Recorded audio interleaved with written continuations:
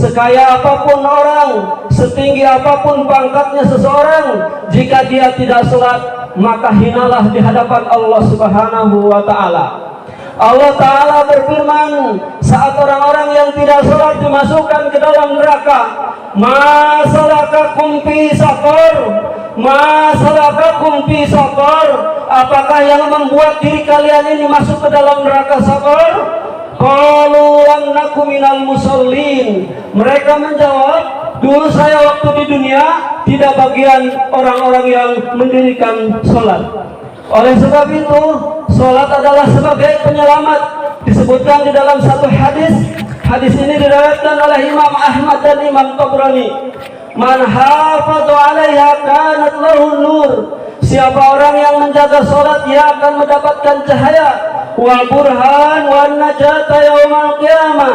Dia akan mendapatkan petunjuk dan keselamatan di yaumil qiyamah kelak.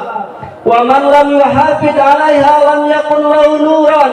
Siapa orang yang tidak sholat, maka niscaya ia tidak akan mendapatkan cahaya, wala burhan, dan tidak akan mendapatkan petunjuk, wala najata yaumal qiyamah, dan orang yang tidak sholat tidak akan selamat nanti di akhirat.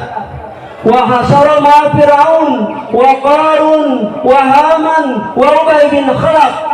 Dan orang yang tidak sholat waktu di dunia, nanti di akhirat akan dikumpulkan, dimasukkan ke dalam neraka bersama Fir'aun, bersama Haman, bersama Qarun, dan bersama Ubay bin Khalaf.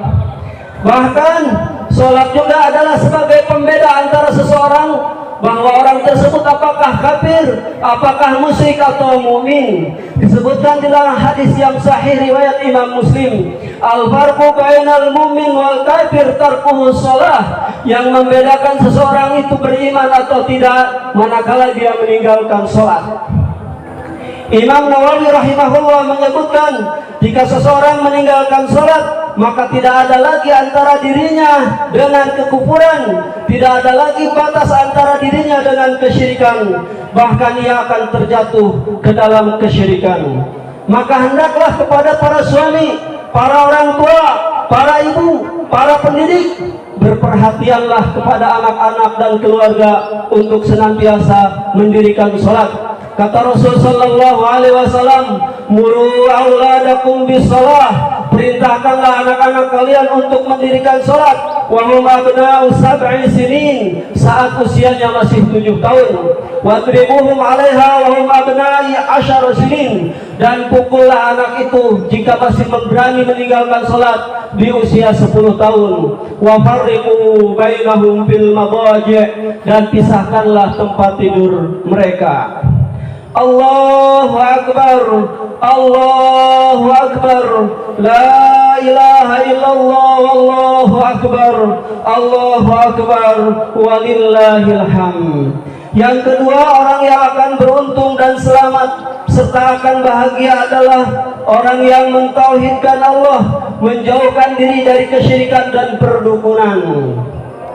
Ketahuilah bahwa semua amal ibadah tidak akan diterima oleh Allah Subhanahu wa Ta'ala manakala amal tersebut tercampuri dengan kesyirikan. Allah Ta'ala berfirman di dalam surat Az-Zumar, la in asyrakta la yahbatanna 'amaluk. Seandainya kamu melakukan kesyirikan, niscaya hapuslah seluruh amal-amalmu, wala takunanna minal khasirin, dan nanti kamu akan menjadi orang-orang yang sangat merugi. Begitupun orang yang masih mempercayai kepada khurafat, kepada perdukunan, maka sholatnya tidak akan diterima.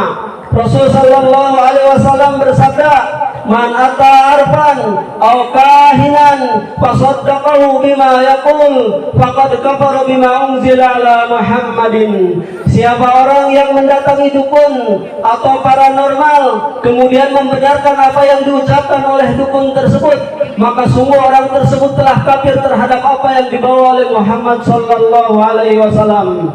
Hadis ini diriwayatkan oleh Abu Dawud, Imam Tirmidzi, dan Ibnu Majah. Dalam keterangan yang lain disebutkan, man ata arfan fa salahu an syai'in lam tuqbal salatahu arba'ina lailatan.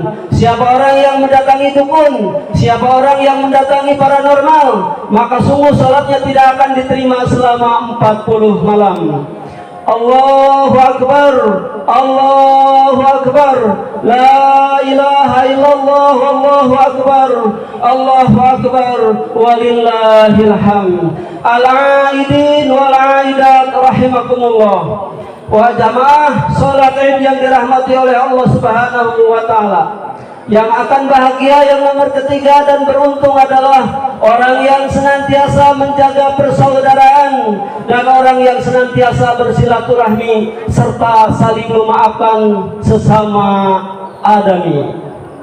Tidak ada pendapat yang berselisih tentang masalah ini, bahwa hukum memutuskan tali silaturahmi adalah perbuatan dosa besar, sebagaimana Allah Subhanahu wa taala berfirman, wattaqullaha alladzi tasaaluna bihi wal arham, hendaklah bertakwa kepada Allah yang dengan menggunakan namanya kalian saling meminta satu dengan yang lainnya, dan peliharalah hubungan silaturahmi. Innallaha kana 'alaikum raqiba, sesungguhnya Allah Maha mengawasi lagi Maha dekat denganmu.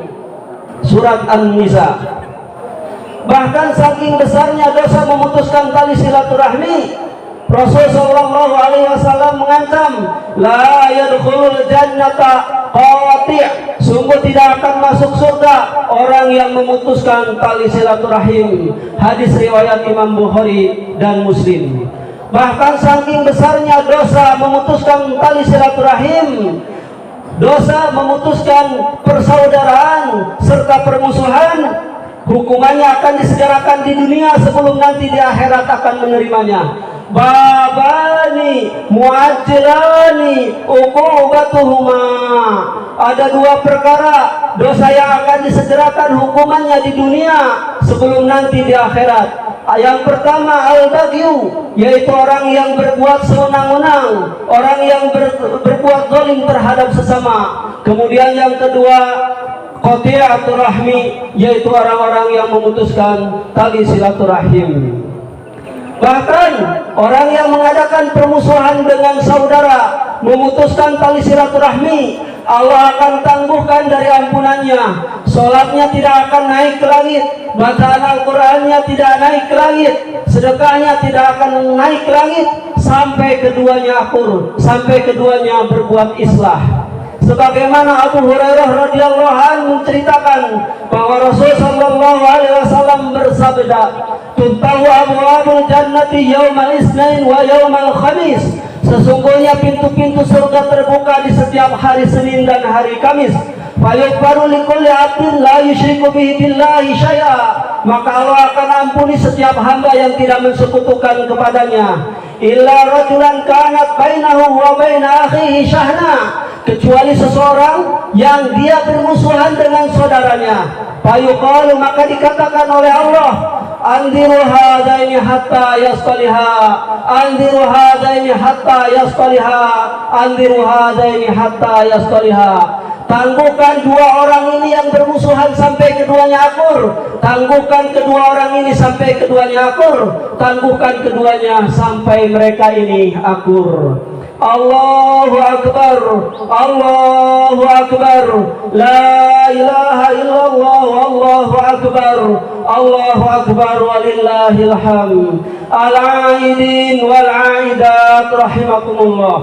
Jamaah salat Id yang dirahmati oleh Allah Subhanahu wa taala, maka dalam kesempatan hari yang mulia ini, di hari Id, hari yang penuh kebahagiaan, semoga Allah Subhanahu wa taala memberikan rahmatnya kepada kita, memberikan kemudahan kepada kita untuk dapat bersilaturahmi kepada kedua orang tua, kepada kerabat, kepada saudara dan handai tolan. Demikianlah khutbah pertama ini, mudah-mudahan ada manfaatnya. Aqulu qawli hadza astaghfirullah li wa lakum wa lisairil muslimina wal muslimat fastaghfiruhu innahu huwal ghafurur rahim.